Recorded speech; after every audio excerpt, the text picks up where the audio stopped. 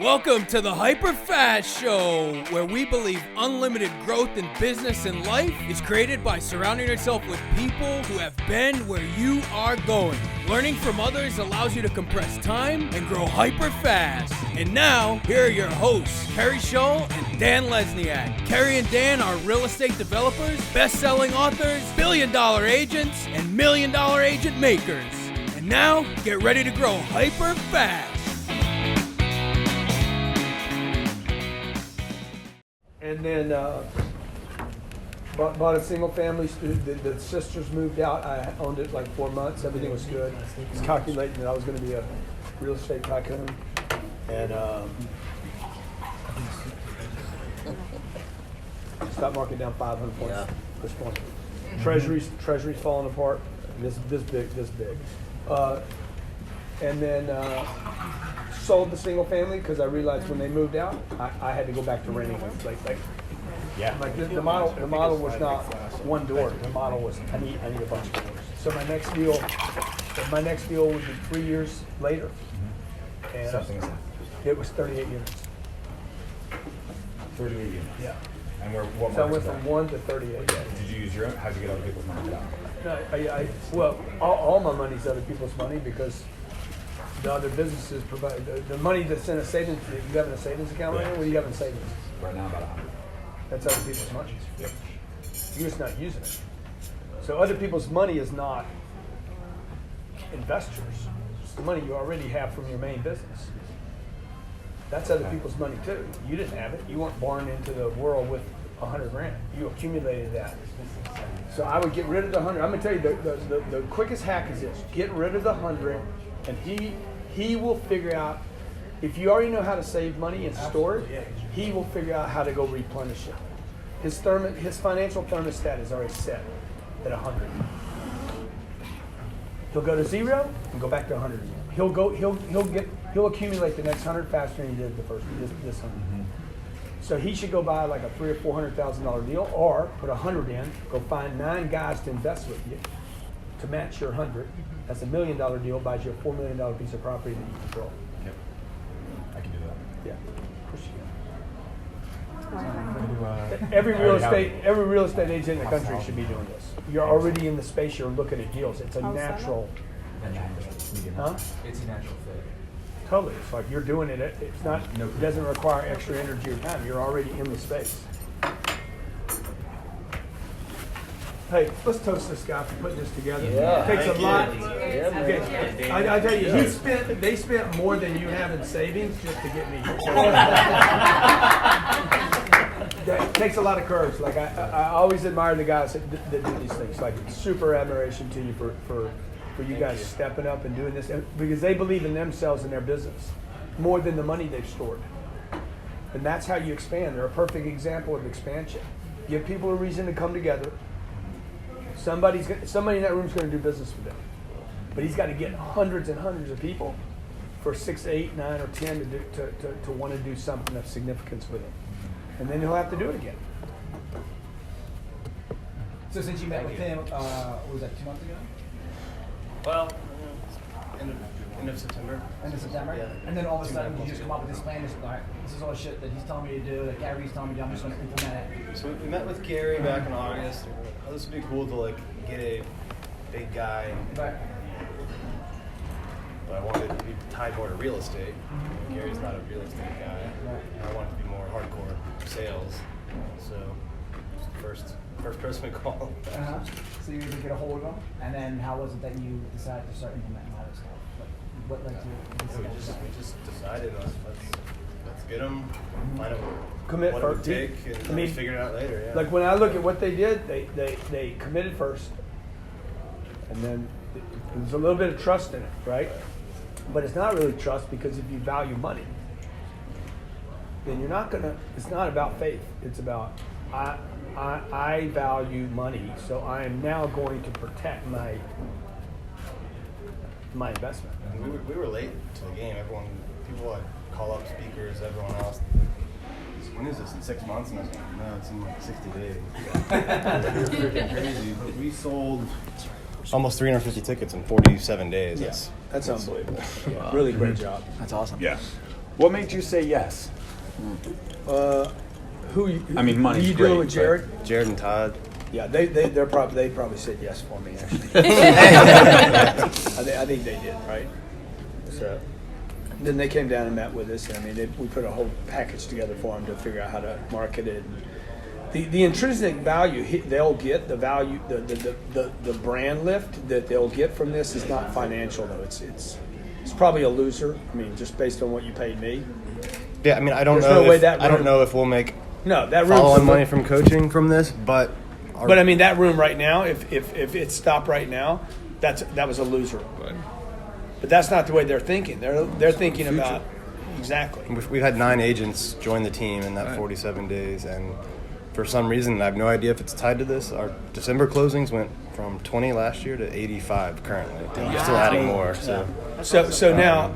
That's like an extra Now, $500,000 what a in marketing profit guy's going in to that do, part. or a metrics person, or an accounting person, they'll now want to confuse this and say, we need to tie everything exactly into what happened, so we know ROI on this and that. You shouldn't do all that. They should just look at what happened. Hey man, my stats went up, Right. so they should go back and try to duplicate everything. Oh, I hired Grant. I went and talked to Gary. I didn't wear my underwear that day. I mean, we planted petunias. Like whatever you did, I'm not, as a business person, I'm not trying to measure, I'm not trying to tie specific activities to a response or to a win. Hey, let me just do the combination of things, repeat that again. And that's one of the biggest mistakes I see people make is they don't repeat what worked. Now, Yeah. as a new agent, with only a couple deals under my belt, do you have any advice specifically on some good practices that you should have from day one, or you should just continue doing over and over again? Sign up for our coaching. There you go. And I'll tell you this, I'm not even in real estate. I don't have a real estate license, but I do financial planning, and I work with a lot of real estate agents. I actually referred agent to him. We just met because I saw Grant's advertisement on Facebook about him bringing, Grant here. So I registered for it just to come out, meet you, of course, and because I met you before in Chicago. So I show people how to pack their money in life insurance and use that to leverage and buy properties and stuff like that, instead of leaving it in a savings account. So you kind of win both ways. Right. You see, if you look at what he's doing, all right, he's got an opportunity in the room for more business than anybody else in the room. Financial planners go hang out with financial planners. Instead, what did he do? He said, I'm going to infiltrate the real estate game. The whole room's prospects.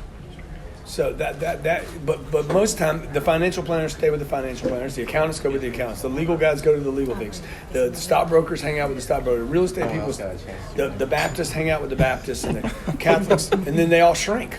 Sure. Rather than and that's what I would tell you to do. Like you got a couple deals under your belt, just look how powerful you are. That you're already.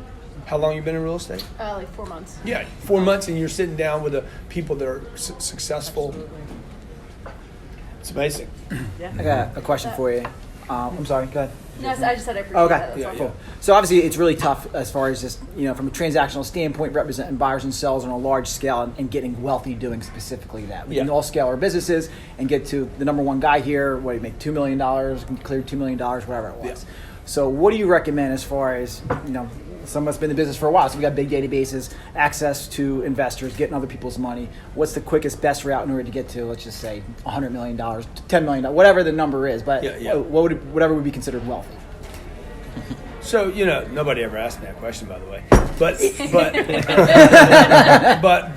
no, they didn't ask me the question that the first person asked. But just do the math, man. Like you already know that real estate agents don't make $25 million a year. Right. No, like it's just It doesn't matter, right? So you got to.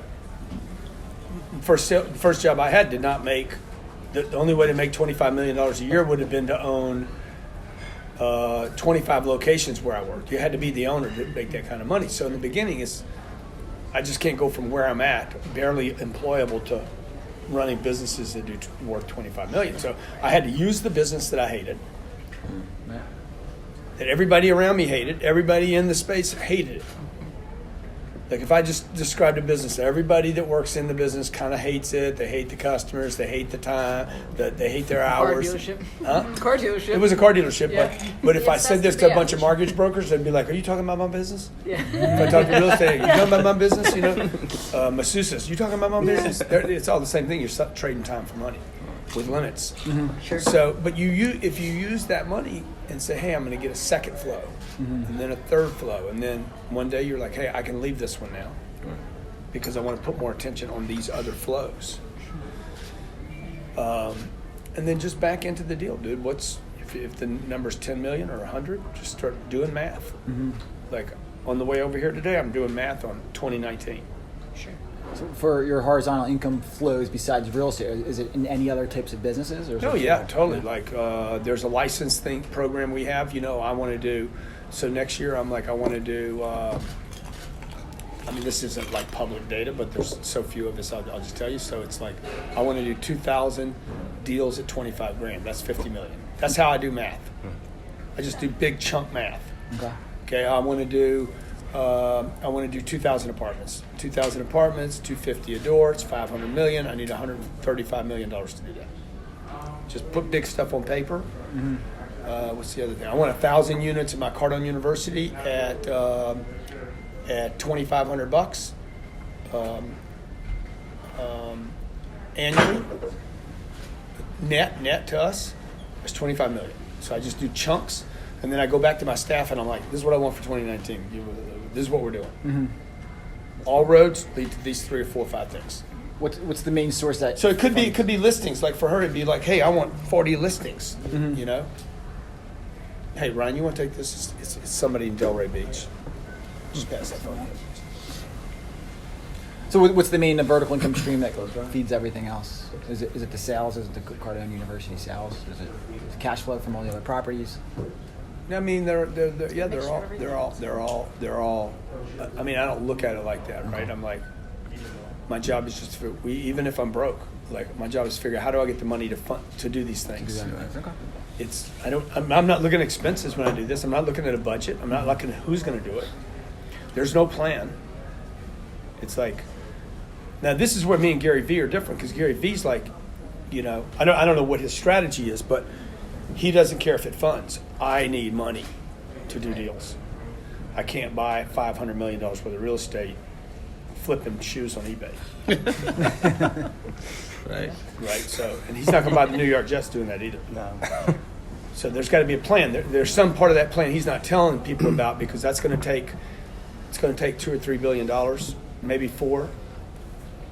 He said he's going to flip. Stephen Ross is he's one of the gonna flip investors in this company. undervalued brands like Hilfiger, K-Swiss. Like that's why he did K-Swiss, because he felt like they were undervalued. So he wants to make them cool. So he's doing these consortiums with rappers and other people who are in the urban culture, and then he's going to. And those companies will have to sell products and make money. Yes. So he will Product depart from his advice Yes. the moment he gets a company. Yeah. I mean. And his advice to the individual is, don't monetize. Give your content for free. The moment K-Swiss becomes dependent upon investors want to know where's the revenue. You can't just give shoes out. Somebody's got to pay for that. The rappers will want a piece of something. They'll either want money. It doesn't matter how attractive Gary Vee is. Steve Harvey, I got to have some money, because I got NBC paying me money. And then I got this group paying me money. And everybody wants to give these, particularly the bigger these people get, the more money they want. And so you guys have bills to pay, right? You're going to have to pay YouTube if you want to run ads. You got to pay Facebook. Right. And you can't run one ad. It's going to be another one and another one and another one. So let me ask you. I know you you have favorite charities that you support. Yeah. So with our company, what we've done, we've developed a proprietary product, right? That we can help you support your charities without you writing a single check. Would that be something you'd like to talk about? Yeah. If we could show your plan. Yeah, sure. And they'll start. They don't have to wait till you pass away to get the money. They'll start receiving income right away. Yeah. That will fund them. So Yeah, we but I'm interested in raising hundreds of millions of dollars, not. You will be able to with the Yeah. program that we have, funded by 13 banks. So who will be the best person to contact you? send you some information on that. Between now and February, I'm not going to probably do anything because of this big conference we have going on. But maybe try to get a meeting with Kayla, Kayla, Okay.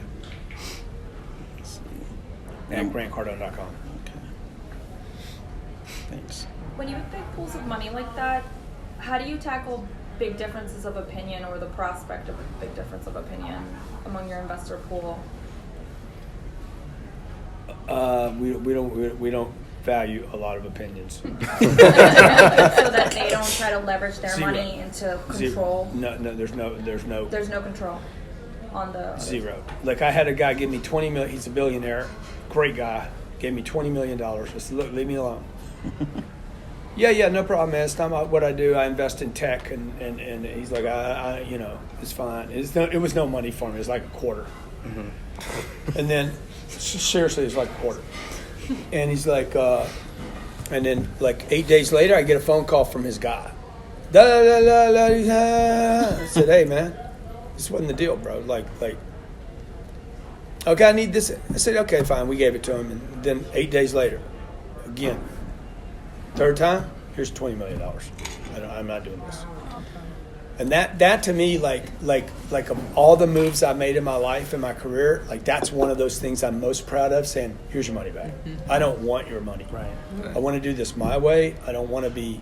I'm not going to kiss the ring. I will kiss the ring, but I don't want to be forced to kiss the ring. And I don't want to be forced to take money from people. So. The deal is, hey, you want to invest with me? You have zero say-so. I buy whatever I want. I sell it when I want. There's one guy that knows what he's doing here, and everybody else gets to ride along. I don't tell these guys how to fly the plane. There's no opinions. Like, they're the professionals. I'm in the back yelling. Get on the center line. I tell them where to go. Hey, we're going to go to blah, blah, blah, but I'm not flying the plane, right? So... same thing at my company. Like if we're wrong at my company, we're Grant wrong. I want to be Grant wrong, not team wrong. So I know this is not a popular opinion, but teams are wrong most of the time. Groups are wrong almost all the time, and the masses are never right. Tried and true right there. Very well. Yeah. Like, how do you feel knowing, because I'm in Manhattan, and I know most people say that real estate is a step-up process. Like, they start at 300,000, then they're doing 500, then they're doing $1 million. Everybody's goal is $1 million. My goal is like the $10 to $16 million deals, and I just lost out on a couple people. This year's been a bunch of losses, but all my $1 million that's no problem. How do you recommend the marketing? Do you change it when you're going after the $500,000 deals versus the $16 million? Like if you're approaching a billionaire versus somebody that's making $300,000 a year? And that would probably apply to every marketplace in different numbers. Yeah. But do you market and advertise to them differently? Or have the same conversation? Like we just like, I don't think about how much money somebody has. I think about having 8 billion, everybody knowing me. Then I get everybody. The big money's really not on Facebook and Instagram. Like this is one thing. Like me and Billy, I was like, me and Billy should just have an argument on stage. Because it would have been unbelievable. Because then you get all these different viewpoints, right? And you guys get to decide. But the real money's not watching. Real people that are running real things, they're not watching Facebook and Instagram. They're not looking at my ads. Right. So I got to hit them so many times that they hear about me through somebody else. Like we just bought a deal in off-market deal in Houston, Texas. It's $80+ million. I bought it from one of the biggest apartment owners in the world, called Fairfield Residential. That's owned by Brookfield, which is a multi-billion-dollar company. I called the guy and said, hey, I want to buy this deal. He doesn't know me from Adam. So I'm completely cold call. Man, I got a YouTube channel. He's like, dude, he doesn't look at YouTube. He's my age. He's running up. Right, Ryan? Do you think there's any chance this guy's ever been on Facebook? Probably not. No. Doesn't have an Instagram. Probably can't even see it on his phone. Wouldn't know how to download the app. Right.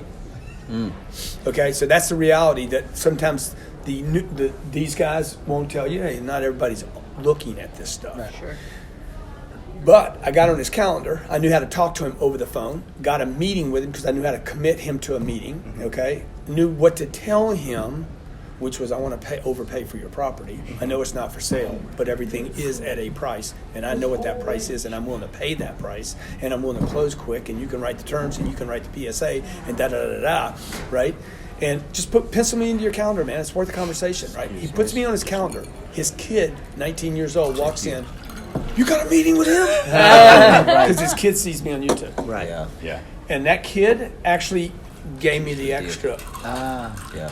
So that's kind of a long answer. Yeah.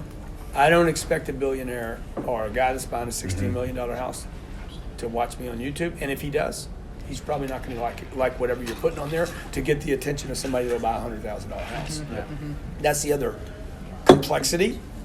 Like we just lost a deal with a group called PIMCO because of my YouTube channel. You lost the deal? We lost the deal because the PIMCO is a very, very conservative company, and they said, "Hey, we think he's just too public," and they gave it to the other buyer. So why? Because that's not their Right. in front of the curtain, everything out there, transparency is not their deal. But they know my name. Yes, they do. Now they know my name. And by the way, when we lost the deal, like how long was it before I was following them up? Right. The next day. I mean, that night. Hey guys, understand you picked somebody else. Wow, man, I really wanted this deal. Okay, I'll take it. I got it. I'll get the next one from you. So I'm already following these people up because I'll do a deal with them. They got. I need them. Right. So I don't want to make them wrong. I want to be in agreement with them. Keep nurturing a relationship. Like the loss could actually make them remember me longer than the win. As far as deals go, so we're all real estate agents coming across different deals. You're Except in for this dude. Except for this guy, finance guy. This guy's Hook us all up. I'm a Mortgage loan lender, officer. loan Yep. officer. Okay. Yep. So if we come across a deal in our market, what does it have to be worth in order for you to look at it? And who do we 300 send units. it to? 300 units. Yeah. And who would we send the information to? Ryan at CardoneCapital.com. Ryan at or Cardone. YAN. I mean, 280, 300, 320, 400, 500. Bigger the better. Bigger the better. We love. Look, what marketplace are you in? Greater Philadelphia area. Okay. I mean, you guys that are in this marketplace, I love this marketplace. Anything Virginia, DC, Baltimore, like this marketplace is like unbelievable. This marketplace. What did I tell you on the ride over here? Hollywood comes to DC. DC doesn't go to Hollywood. This is probably the most powerful zip code in the United States today, and it's not going to stop. Money will continue to move here because of its proximity to all decisions, and politicians now are completely connected with celebrity, TV, media. It's just going to keep coming here, not stoppable. So we have an opportunity with my investment group to buy a lot of properties in Baltimore. Uh-huh. So since you mentioned that you'll be interested in that, Yeah. because I mean, I don't love Baltimore because of some inner city problems that it has, but there's some new stuff coming out. huh? Because there's a real coming true ball. Yeah. So there's some big changes. Yeah. Hey, we're interested. Is there a specific cap rate that you guys are looking for, depending upon? We don't buy on cap rate. No. What do you guys buy on? Opportunities. I love that. That's great. Yeah. Yeah. People that buy on cap rates don't buy deals. You're not buying that mass amount of deals, right? They're not buying deals. You shouldn't buy on one metric, You should buy on the deal. What are the big things you look at? We look at location. We look at, we have time on our side. So if I have, how much time do I have? And then I'm like, oh, okay. We look for garden style. We like garden. Like if you look at all our stuff, it kind of looks similar. We're buying newer stuff right now, not older stuff. I think the value add thing is overplayed. Meaning you go fix something, the opportunities to fix it. And we look for debt. Debt's really important. What else, Ryan? What do we look for? Jobs. We look for jobs. Yeah, he's looking for supply, demand, all the drivers that you want. Like Austin, Texas right now, we love the tech, with all the jobs coming there. Orlando. Orlando, Tampa. healthcare. We're always following Tampa. healthcare. Houston's a big market for us. He loves the health, all the hospitals. But going back to your cap rate question, I mean, if you look at cap rates across the United States, like we see all the same stuff, right? I mean, the good quality assets are going anywhere between 4 and 5 caps. That's kind of the. You would never buy range. in this area if that's what you were looking at. 'Cause they're 4 and 5 caps. terrible. Is it lower? It's like 4 or less. Yeah, but it's not. But I mean, see, if now that's all you were looking at. Now the Yeah, question you is wouldn't- that terrible, Right. or does that mean people can't buy now? Because if I look back over my 30 years, if I'd have bought lower cap rates, I'd have made more money. If I'd have bought lower cap rates over the last 30 years, I would have made more money when I exit or refinance. Because where the value's not. They explode, man. Okay, high cap rates don't explode. They just mush out. So you depend on cash flow. But in the beginning, if you're a beginning real estate investor, you need cash flow. You need margin of cash flow too. So, but the way to be a beginner is, and not go through that period of I got to buy value add, fix stuff up, flip, carry a Glock to the property, knock on doors and collect rents, which is what you'll have to do to get the 12s and the 15s. The way to not do that is to find a guy that operates the way we do and roll with him, right? Like go with him on the deal. So what I'm doing right now has not been done in America yet, which is I'm buying deals that Blackstone is bidding on, or what's some other groups that we bought from, Alliance or Goldman Sachs or Camden. J.P. Morgan. I walked away from a deal, J.P. Morgan walked in. So why would I buy that deal? Because if I buy a deal, J.P. Morgan's still there the next day to buy it from me. J.P. Morgan will always have money. J.P. Morgan has to do deals. J.P. Morgan's got a money problem, and their money problem is different than selling to a doctor. They have too much money. They have to place money, like they push money in warehouses. They okay, we need to do 80 billion. Like we were on the phone with a guy, Depeche, yesterday. He's like, Grant, we already have $2 billion of loans set aside for January. Like they're pushing $2 billion here, $7 billion here. They're trying to manage activity for a year, right? So their deal is different. So we want to go after those guys that have the big giant problems, which is I need 80 billion of this, and they would buy our entire portfolio from us. That's the target on Cardone Capital, is that we would accumulate. You would become investors with me. We would accumulate enough great product together, because they're not going to buy that garbage. So we could go to Goldman or Blackstone and say, hey, we want you to take the whole package as real estate, not as paper.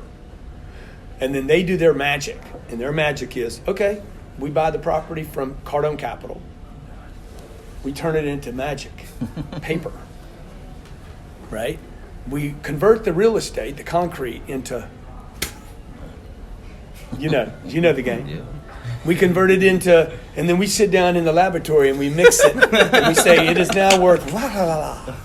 And then we sell it to grandmothers across the world as a REIT. Yeah. And that's where we'll make the money. So Blackstone, they don't care how much profit they pay me. All they're looking at is how much can we make when we take it from concrete to a piece of paper, and that's where they make all their crazy money. What's the minimum amount of money needed to invest? 100. 100? Yeah. I thought my goal was for 2019. Yeah. The stock market taking a tank like it is right now, is it scary? Is It's good for me. I wish it would just puke all over this. Right. I love it. I wish it would puke on everybody. I hope it beats up everybody that's in it, and everybody that loses money deserves it. Yeah. It's not a good place for people to be. Yeah. Do so you don't put anything. It's a place that's, you're not told the truth about it. The media is in cahoots with the Wall Street. The government. You only get the reports of companies that are doing good until it's too late. Yeah. If GE's not doing good, they just take it out of the S&P 500. They move it over here. They replace it with a company that's doing good. It's all bullshit. It's complete, total. Yes. That guy in New York that does the shell game. This is totally That's what they do. Yep. Totally. I mean, I let my securities license go 6 years ago. and I'm on YouTube just making noise about. That's why I follow you so much. 'Cause we're like on the same wavelength. Because I tell business owners, I say you should never have your money in the stock market. You should be either reinvesting back in your company, have your money packed in life insurance, and then you flip it. Use the insurance company money to invest back in your company, so you're still protecting your family while you're doing what you need to do. And I mean, I say if you look at the Facebook when he started. He didn't take his money and invest in the stock market. No, dude. He invested back in his company to scale his company. And he wasn't in multiple companies. No. He did not, what's the word, diversify. No. He was all in on Facebook. Right. Warren Buffett didn't diversify. Exactly. So you see, Wall Street makes it, you got to diversify. Warren Buffett made all his money, started making money when he was 50 plus years old, which should be an inspiration to everybody. Number one, he started really late. Two, he took big positions in companies. He didn't buy stock. He has never bought stocks. So all these memes you see about, he bought his first stock when he was 14. Yeah, but so what? That's not how he got rich. No. And he got rich because he took positions in companies that all of them produce cash flow. Right. See's Candy, Coca-Cola. These are real estate plays. Coca-Cola is a total real estate play.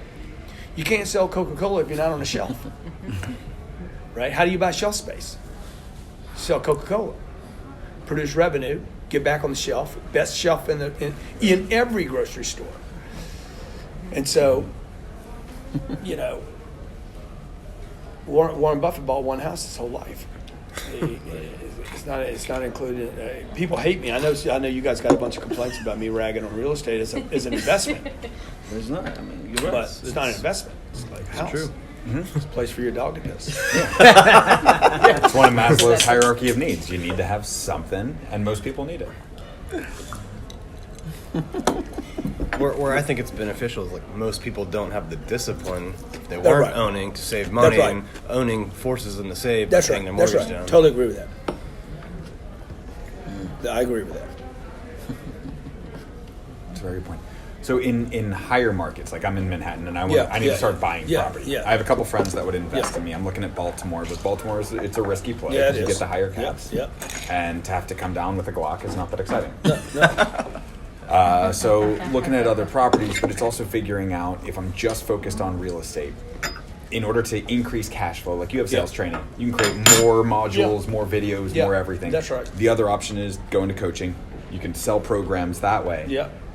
What other models are possible just based off of, like, I can create a YouTube channel and be a speaker, which would be sweet. Oh, thank you. Yeah, man. I mean, I would like anything that will produce income. I would look at doing, right? So.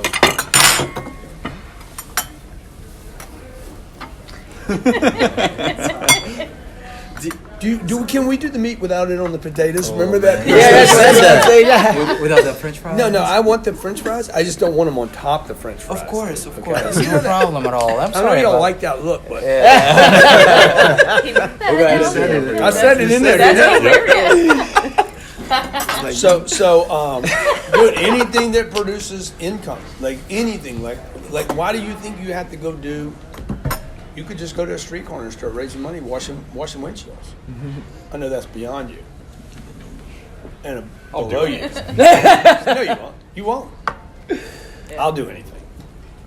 You won't do anything. So, I'm just saying, like, you don't have to create a business to raise money. Everybody complicates this. I could literally go outside. I'll promise you, at this table, I could raise $500 right now. And with that hotel, I could go out there and get $5,000. I just got to go up to people and ask them, "Hey, man, would you please lend me $100, and I'm never going to pay you back." That's true. And then start doing that over and over. Can I scale that, or can I just get the money I need and then start creating? Okay, what products do I want? Can I do a webinar? Is it valuable enough? Nobody's going to come to a webinar if they don't know me, right? So you start running up against this. It's like a bumper car thing. Absolutely. Okay, I'm going to do the webinar. I'm brilliant. People like me. They're going to listen to me. Oh, nobody knows me. Oh, I got a problem. Yeah. So it's like, so that's why at your home, you guys all got to be on the same page about what we're doing here. Otherwise, it's going to be like, when do we get to just relax? Then you're going to start getting all this conflict. And that's the wear and tear on the machinery. You know, so at my house we don't have that conflict. We have conflicts, but it's not that. Does it start with the idea, and then you have an idea, and then you decide this is X money that I need. I'm gonna go get that money. Is that where it starts, or? Well, it's like what's the idea? No, I'm asking you. What's the idea you're having though? Oh, my idea? Yeah. My idea is to take the fancy clothes that only 300 women in the world can afford and use technology to make them accessible to most women. Mm-hmm. So every woman will dress from now on custom fit clothing. Like I'm wearing right now, like I had these clothes made. I made the patterns myself. I had them custom fitted to my body. Yeah. And it's comfortable and it meets my needs and it also meets societal expectations. Yeah. And so my idea is to replicate that process and make it available to every woman. To basically completely like Good. So invert the fashion then trend. what I would try to figure out, is I would try to figure out how do you start doing it right now and funding this weekend. Okay. How can you get? Oh, thanks, man. Of course. How can you get that funded today? Skip the manufacturing. Like, how can you figure out how would somebody pay you to do that right now? It's coming, man. It's coming. It's coming. I'm really hungry. Manage yourself, man. Thank you for tuning in to this episode of the Hyperfast Show. Subscribe to us if you want to make sure you get the latest and greatest Hyperfast shows. And remember, we love reviews. Reviews help us bring better and better guests and improve our shows. So give us the good, the bad, and the ugly. We hope you enjoyed the show, and we will see you next time.